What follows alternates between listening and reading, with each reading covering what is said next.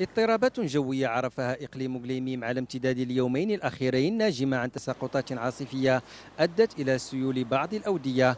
سيول شلت حركة مرور العربات خاصة بهذه الطريق التي تصل مدينة قليميم بجماعة الشاطئ الأبيض. المنطقة الساحلية التي شهدت اضطرابات جوية قوية عجلت بمغادرة المصطافين الذين كانوا يقضون عطلة الصيف بأحضان هذه الوجهة.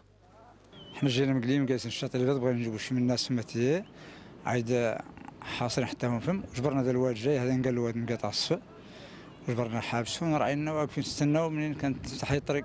وهي عواصف نادره، ولكن النشره الجويه بلغتهم بهذا النوع من العواصف، وعطات على ان عواصف اللي تخلق يوم الاربعاء ولا الخميس والجمعه. بمعنى الانسان يخصو دائما يحاول يستبق الاحداث عن لين يحصل حد انه يعود يفكر في الحلول.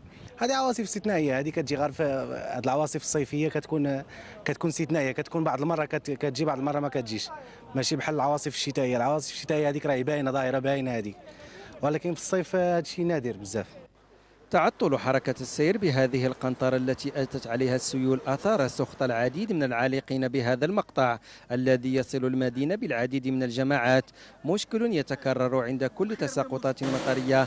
مستعملو هذه الطريق يجددون مطلبهم للتعجيل بالتعامل مع هذا المشكل.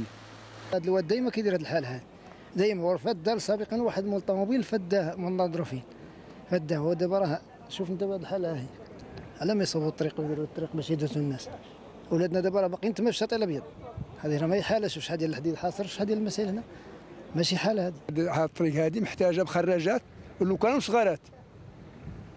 هذا القدر من الماء يعود زايد منهم، يجي واحد شويه ديال الماء يحبس الناس ثاني يعودوا ما شك. كاين اللي جيعان، كاين اللي بلا غدا، كاين اللي عنده غرض. اضطرابات جوية إذن يتوجب معها اتخاذ الحيطة والحذر، خاصة قبالة المناطق الساحلية أو هذه المقاطع الطرقية التي تغمرها المياه عند كل تساقطات مطرية.